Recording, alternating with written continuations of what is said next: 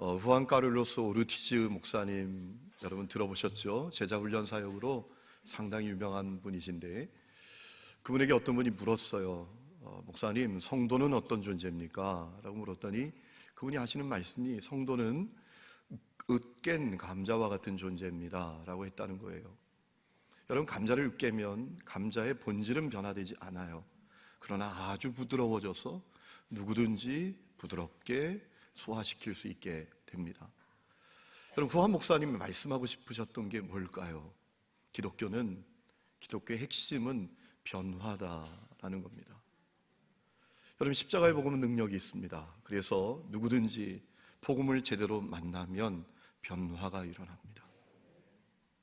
복음을 제대로 만나면, 예수를 그리스도로 분명히 만나면 변화가 일어납니다. 기독교는 그저 자기가 원하는 것을 얻고 돌아서는 종교가 아니라 그 자신이 주님이 원하는 존재로 변화되는 것이 기독교입니다. 왜냐하면 십자가의 복음은 무기력하지 않기 때문인 것이죠. 예수를 그리스도로 만난 사람은 변화합니다. 영적 신분이 바뀝니다. 인생의 가치관과 또 목적이 바뀝니다. 기쁨의 이유가 바뀝니다. 여러분이 예수님 만나셨습니까? 복음 만나셨습니까? 그리고 여러분에게 분명한 변화가 일어나셨습니까? 오늘 본문을 통해서 우리가 십자가 복음을 만나고 변화된 사람들에게 분명히 보여지는 것이 무엇인지를 확인해 볼 수 있습니다. 첫 번째는 사랑입니다. 사랑. 예수님께서 길을 가다가 날 때부터 소경된 사람을 만났습니다. 날 때부터 소경되었으니 뭘 할 수 있습니까? 그저 구걸하며 사는 겁니다. 그 행색이 너무나 초라하고 비참했던 것 같습니다. 제자들이 너무나 안타까워서 저가 저렇게 된 것이 자기의 죄 때문입니까? 부모의 죄 때문입니까? 라고 여쭐 정도였어요. 그러나 주님의 마음은 달랐습니다. 주님은 그를 불쌍히 여기셨습니다. 긍휼히 여기셨습니다. 그래서 진흙에 침을 이겨서 그의 눈에 발라주셨어요. 그리고 말씀하셨습니다. 실로암 연못에 가서 씻어라. 놀라운 사실은 그 사람이 그 말씀에 순종했다는 거예요. 여러분, 그 순종이 쉬운 순종이 아니잖아요. 일단 그 방법이 상식적이지 않아요. 아니, 침에, 진흙에 무슨 효능이 있겠어요? 여러분, 실로암 연못은 예루살렘 남쪽에 있는 두로베온 골짜기 입구에 있다라고 합니다. 여러분, 그가 그 골짜기까지 가는 동안 얼마나 많은 의심과 얼마나 많은 갈등이 있었겠습니까? 앞을 보지 못했으니 사람들에게 물어봤을 거예요. 실로암 연못이 어디입니까? 당신이 거기 왜 가려고 그래요? 눈 씻으러 갑니다. 왜 눈을 씻는데요? 예수님이 씻으면 보게 될 것이라고 하셨어요. 바보 아니야 이거? 정신없어? 이런 일이 있지 않았을까요? 그 눈의 진흙은 뭡니까 도대체? 예수님이 알려주신 거예요. 왜요? 보게 된대요.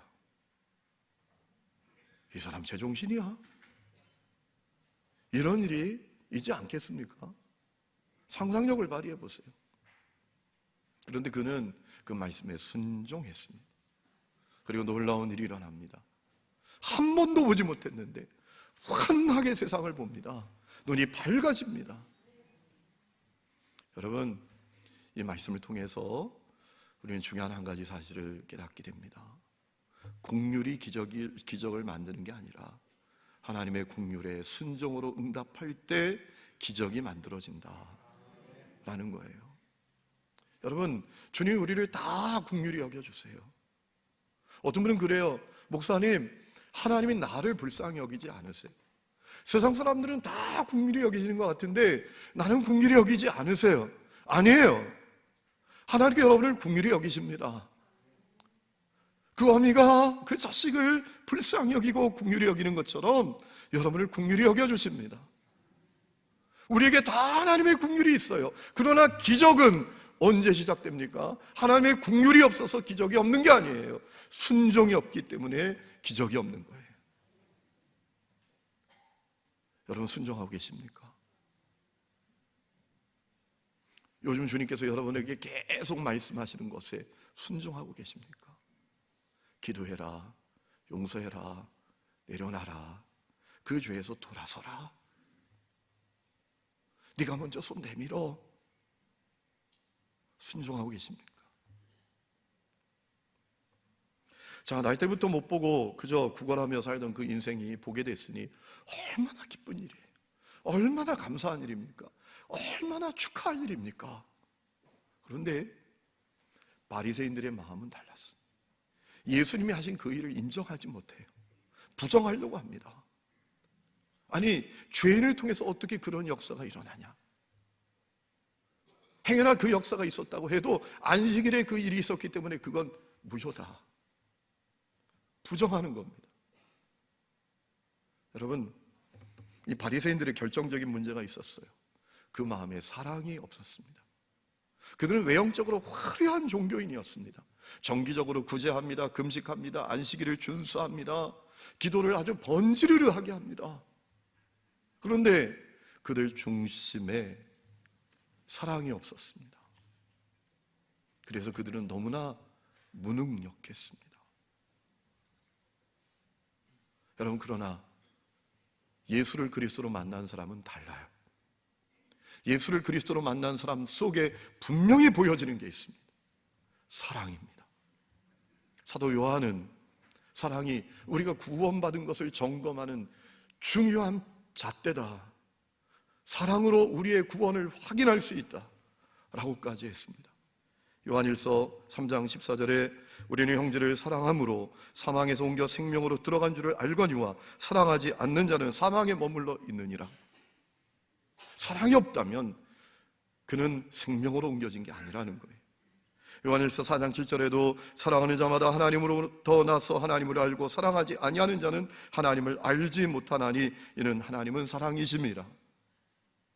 사랑이 없다면 그는 하나님을 알지도 못한대. 성도 여러분, 오늘 여러분의 중심을 점검해 보세요. 여러분 속에 사랑이 있습니까? 오늘 특별히 장로 취임을 하는 우리 장로님들, 그 중심에 사랑이 있습니까? 저는 오늘 취임하는 장로님들 속에 사랑이 충만하시기를 축원합니다. 사랑이 방법이고 사랑이 능력입니다.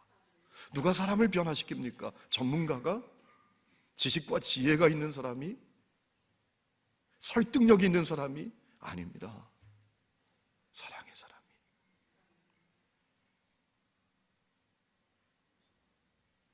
누가 부흥의 도구가 됩니까? 기발한 아이디어를 갖고 있는 사람? 대단한 노하우를 가진 사람? 아닙니다. 하나님을 사랑하고 주님의 몸된 교회를 사랑하는 사람. 중국 심양에 가면 서탑교회라고 있는데요, 조선족들이 모이는 교회입니다. 1930년에 중국 공산당이 문화혁명을 일으켰을 때 교회 문을 닫고 그 교회당을 댄스장으로 만들려고 했습니다. 그때 그 교회 권사님들이 예배당 문 앞에 가서 들어눕는 겁니다. 끌어내면 또 가서 들어눕고, 감옥에 쳐넣으면 나와서 또 들어눕고, 죽으면 죽으리라.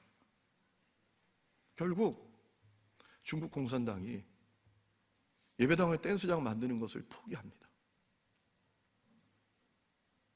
주님을 사랑하고 주님의 몸된 교회를 사랑하는 그 사랑이 역사를 만든 거예요. 제가 이번에 뉴욕에 갔을 때 우리 청년 하나가 뉴욕에서 물리치료사로 일하고 있습니다. 미국은 의료 체계가 좀 달라서 한국은 물리치료사가 의사의 지시를 받아서 일하는 사람이지만 의사와 동급이에요. 병원도 개업할 수 있어요. 열심히 일하더라고요. 주말에는 또 침술 대학까지 다니면서 물리치료와 침으로 어떻게 사람들을 치유할까 애를 쓰면서 열심히 살아요. 제가 신방하고 축복했는데 이번에 영주권도 받았대요. 얼마나 감사한지. 근데 그 백호 형제가 저에게 그래요. 목사님, 제가 큰 도전을 받았던 적이 있어요. 제가 처음에 미국에 갔을 때 교회 형하고 같이 살았거든요. 그 형은 버스 운전을 했는데요, 어느 날 집에 가니까 이 형이 노숙자 할아버지를 데려왔더래요. 한국인 노숙자 할아버지. 자기는 사람 몸에서 그런 냄새가 난다는 건 상상조차 못했대. 그 형이 하는 얘기가, 야, 이 사람 같이 씻기자. 씻기는데 자기는 몇 번씩 토할 것 같았을 때 씻기고 옷 갈아입히고 몇 주 동안 생활하면서 큰 도전이 있었대요. 내가 그리스도인인데 내 속에 사랑이 있다.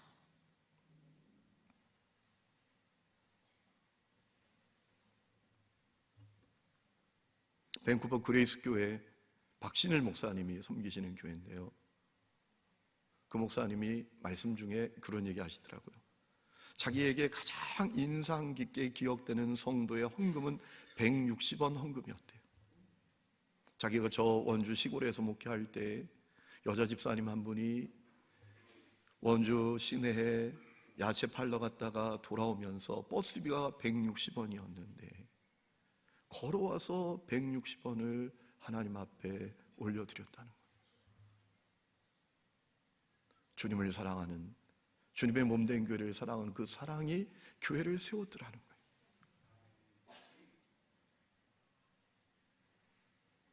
여러분, 교회는 똑똑한 사람, 사회적인 지위가 있는 사람, 명예가 있는 사람, 힘이 있는 사람을 통해서 세워지는 것이 아니라 사랑의 사람을 통해서 세워지게 될 줄로 믿습니다. 사랑을 통해서 사람이 변화되고 교회가 세워지고 하나님의 나라가 확장되는 겁니다. 저는 특별히 오늘 장로님들, 취임하시는 장로님들, 사랑이 분명한 장로님들 되시기를 축복합니다. 두 번째, 변화된 그리스도인들에게 보여지는 것은 믿음의 용기입니다. 자, 오늘 말씀을 보니까 이 바리새인들이 예수님이 행하신 일을 부정하기 위해서 그 낳은 사람의 부모를 불렀습니다. 그리고 묻습니다. 어떻게 네 아들이 낫게 됐느냐? 그랬더니 그 부모가 뭐라 합니까? 몰라요, 몰라. 오늘 21절에 나오죠. 지금 어떻게 해서 보는지 또는 누가 그 눈을 뜨게 했는지 우리는 알지 못합니다. 그에게 물어보소서. 그가 장성했으니 자기 일을 말할 것입니다.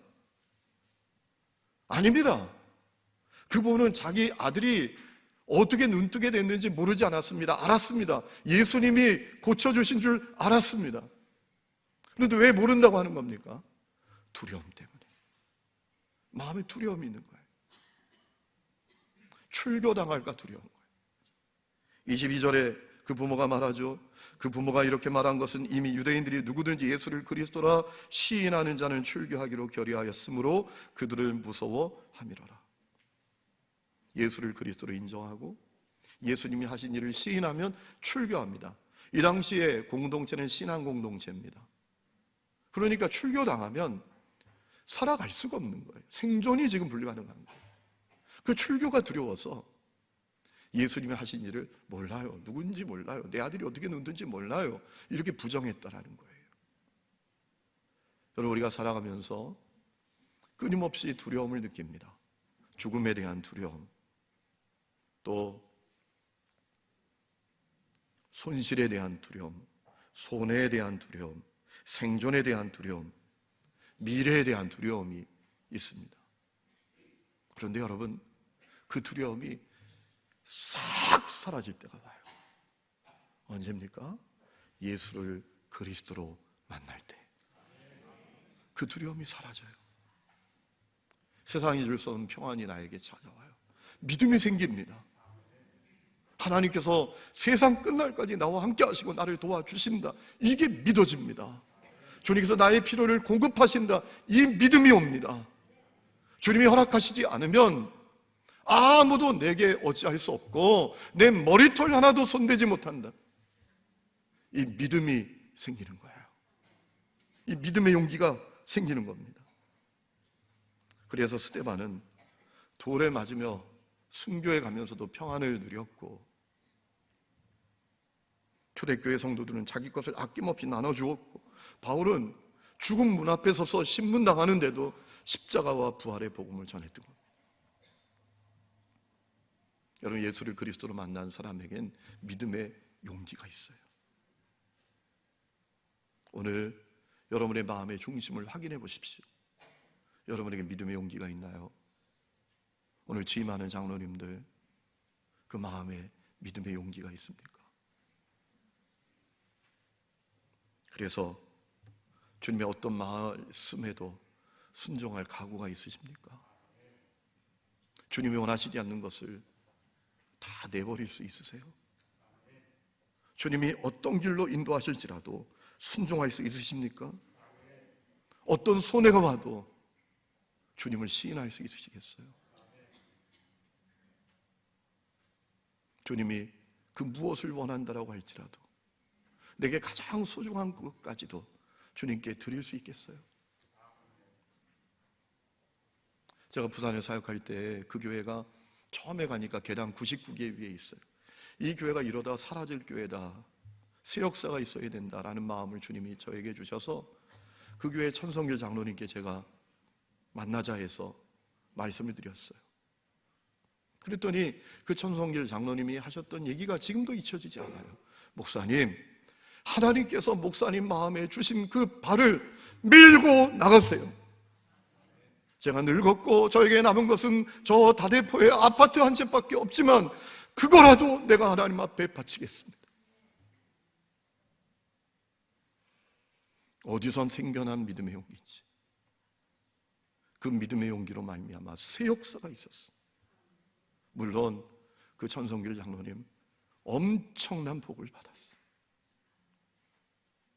디모데전서 6장 10절에 돈을 사랑함이 일만하게 뿌리가 되나니 이것을 탐내는 자들은 미혹을 받아 믿음에서 떠나 많은 근심으로써 자기를 찔렀도다. 오직 너 하나님의 사람아 이것들을 피하고 의와 경건과 믿음과 사랑과 인내와 온유를 따르며 믿음의 선한 싸움을 싸우라. 영생을 취하라. 누가 그렇게 할 수 있습니까? 예수 그리스도를 만나서 그 속에 믿음의 용기가 있는 사람이 믿음의 선한 싸움도 싸우고 영생도 취할 수 있는 거예요. 예수를 그리스도로 만나 변화된 사람에게 보여주는 마지막 세 번째는 주님을 체험함이에요. 자, 오늘 말씀을 보면 바리새인들이 나은 사람을 두 번째 불렀습니다. 예수님이 하신 일을 어쨌든 부정하기 위해서 그를 협박합니다. 뭐라 했습니까? 24절에 너는 하나님께 영광을 돌려라. 우리는 이 사람 예수를 말하죠. 이 예수가 죄인인 줄 아노라 라고 협박합니다. 아니라고만 해라. 아니라고만. 예수가 안 했다고만 해라. 부정하도록 합니다. 그런데 이 나은 사람이 굴복하지 않아요. 당당하게 대응합니다. 그 이유가 뭡니까? 주님을 체험했어요. 25절에 여러분 놀라운 얘기를 합니다. 대답하되 그가 죄인인지 내가 알지 못하나 한 가지 아는 것은 내가 맹인으로 있다가 지금 보는 그것이니이다. 난 모르겠어요. 당신들의 얘기 잘 모르겠어요. 나는 무식하고 나는 많이 배우지 못해서 나는 잘 모르겠는데 내가 아는 한 가지가 있습니다. 나는 주님을 체험했어요. 그분이 고쳐주셔서 내가 지금 보는 겁니다. 그거 하나는 확실합니다. 이 고백을 하고 있는 거예요. 자기는 예수님 분명히 체험했다는 거예요. 그분의 능력, 그분의 일하심을 분명히 체험했다는 것입니다. 그래서 계속되는 이 바리새인들의 협박과 회유에 굴복하지 않죠. 더 당당하게 맞습니다. 우리 읽지 않았지만 32절에 보면 창세 이후로 맹인으로 난 자의 눈을 뜨게 하였다 함을 듣지 못하였으니 33절 이 사람이 하나님께로부터 오지 아니했다면 아무 일도 할 수 없을 것입니다. 이분은 하나님께로부터 온 분입니다. 이분이 메시아입니다. 여러분, 이 사람이 지금 누가 시켜서 한 겁니까? 누가 대본 써준 겁니까? 어떻게 이렇게 당당합니까? 이 바리새인들의 권력과 그들의 힘이 엄청납니다. 그 거대한 권력 앞에 이는 어떻게 이렇게 당당합니까? 다른 이유 아닙니다. 주님을 체험했기 때문에 그래요.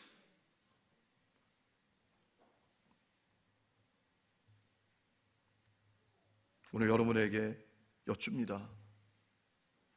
여러분 주님을 체험하셨습니까? 오늘 취임하는 장로님들께 여쭙니다. 여러분들은 살아계신 주님을 체험하셨습니까? 주님의 살아계심과 그분의 일하심이 이 성경에 기록된 문자입니까? 아니면 여러분 중심에 뜨겁게 살아 역사하는 실제입니까?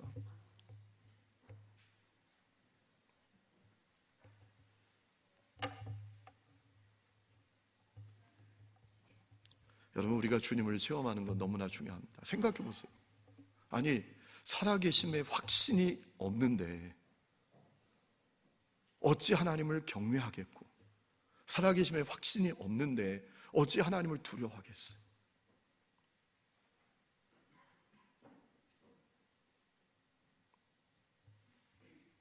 우리 주위를 둘러보면 말도 안 되는 문제로 교회가 시끄럽고 분란이 일어나는 그런 교회들을 많이 봅니다. 그런데 그 중심에 누가 있는지 아세요? 이름뿐인 종교인, 주님의 살아계심을 체험하지 못한 이름뿐인 종교인, 중직자들이 있어요. 그러니 그럴듯한 종교인이었지만, 그들이 대단한 사람들에게 칭송을 받았는지는 모르지만 결정적인 조건이 주어짐에 못할 행동, 못할 말이 없는 거예요.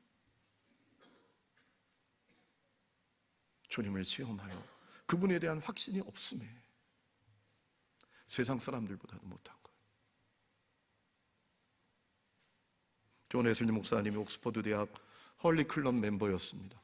사람들이 그들을 가리켜서 성경벌레다, 메토디스트, 규칙주의자들이다, 얼마나 철저하게 그들이 신앙생활을 했는지. 그런데 살아계신 주님을 체험하기 전까지는 아무것도 아니었습니다. 미국 조지아에 선교하러 갔다가 돌아오는데 배가 풍랑을 만납니다. 죽음의 두려움이 휩싸입니다. 자신의 믿음이 아무것도 아닌 겁니다. 그러나 1738년 5월 24일 올더스게이 거리에서 주님을 체험하게 됩니다. 주님을 뜨겁게 만나게 됩니다. 마음이 뜨거워지게 됩니다. 그리고 평생토록 주님의 길을 가는 거예요. 사명 감당하는 겁니다. 목사에게 좋은 성도, 좋은 장로님 만나는 것은 얼마나 큰 축복인지 모릅니다. 감사하게도 저는 돌아보면 정말 좋은 성도들을 만났어요. 여러분이 아멘이 없어도 저는 확신합니다. 그리고 좋은 장로님들을 만났어요. 이 취임하는 네 분은요, 정말 감사한 게 4년 동안 제가 겪어봤잖아요. 겪어보고 취임해야 될 것 같아요. 아니면 영원히 취임식을 하지 않는. 이 교회 건축할 때도 정말 같이 눈물을 흘리면서 밤을 지새우면서 기도하면서 주님께 헌신하면서, 이분들이 다 셀러리맨이에요. 그 거대한 헌금을 하나님 앞에 아낌없이 드리면서, 죄송합니다, 1억 이상씩 다 헌금했어요. 여러분, 서울 물가 비쌉니다. 주거비 엄청납니다. 여러분, 그 헌금하기가 절대로 쉽지 않아요. 정말 헌신된 분들이세요.